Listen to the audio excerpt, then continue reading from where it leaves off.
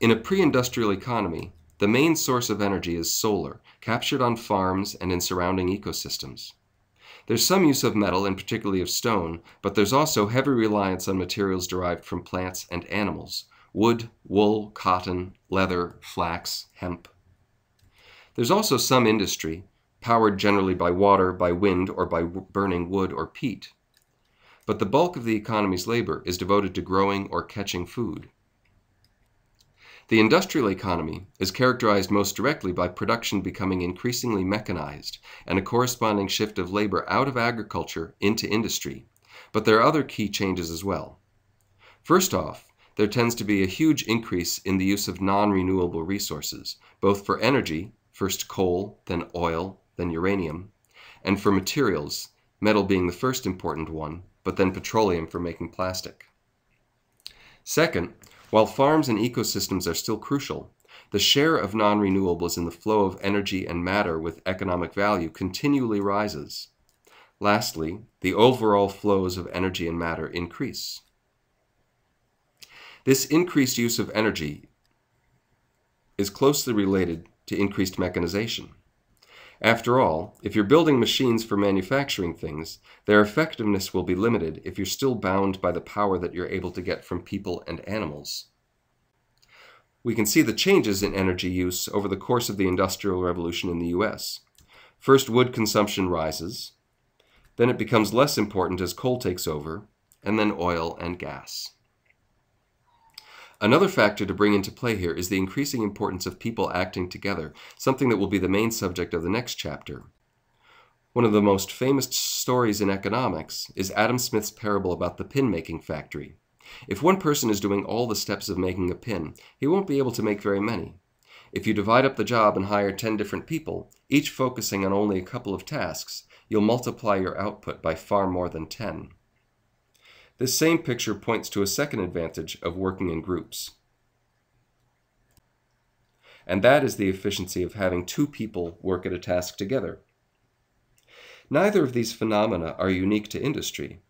Even in an agricultural economy, while most people were farmers, a village or town would likely have a blacksmith, and perhaps other specialized trades.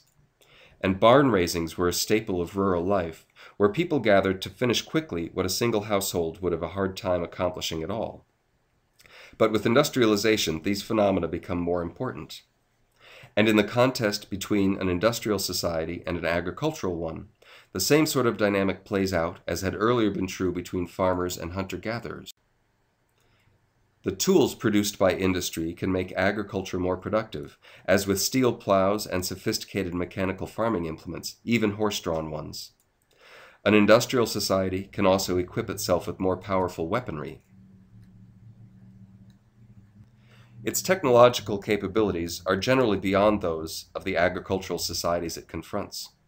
It possesses more capital to augment its productivity, and at the root of it all, with access to fossil fuels and the machines that burn them, it controls a much more powerful gradient. The last stage of our progression, for now, will be the post-industrial economy. In an industrial economy, there's significant consumption of both goods and services. As a society gets wealthier and better at making things, people's desire to own physical things doesn't grow as fast as the economy's ability to produce them. And so labor, having earlier moved from farming to industry, now moves from industry to services. Everything from law, medicine, and entertainment to food preparation and cleaning hotel rooms. Activities that only a few people could afford to pay others to do now become widespread.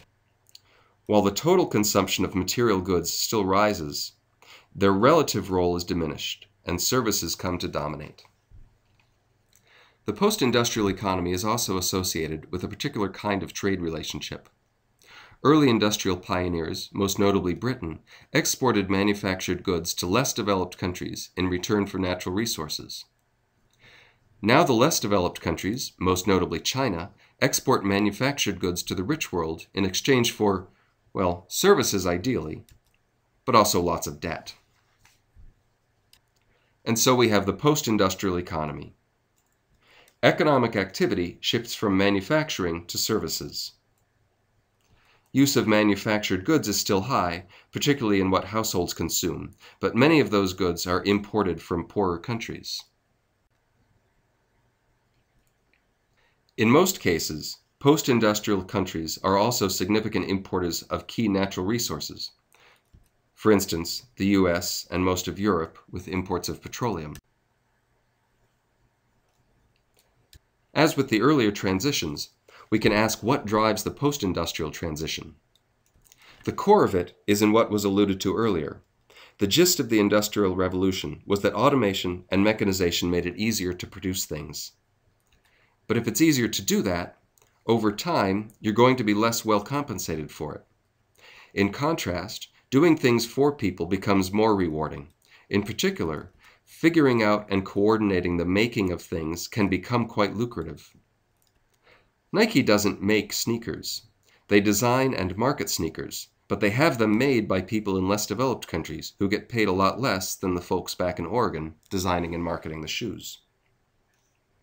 The post-industrial economy doesn't eliminate the importance of how energy and matter flow.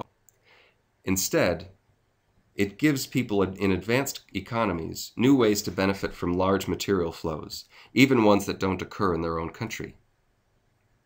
Apparently, this can be a fairly successful strategy, though we should note that you need a world without big blockages to trade, such as major wars. There's also that niggling issue of our trade deficits. A service economy is, in a sense, taking the division of labor even further. Instead of different people within an economy specializing in different activities, you have entire countries that are part of a single global system, where some countries specialize in making things and other countries specialize in telling them what to make. As with the trade deficits, we'll see how long this can last. A final diagram sums up our whole progression here. As human societies moved from being hunter-gatherers through agriculture and industry to post-industrial societies, they were able to command a greater throughput of energy and matter, though in the post-industrial stage, much of that throughput happens in other countries, with only the finished goods being imported. The progression was also accompanied by increased division of labor, as well as, at times, increased risk-sharing, something we'll take up in the next chapter. In general, there's an increase in joint action among members of the economy. The challenges of coordinating and controlling that joint action are the subject of Chapter 6.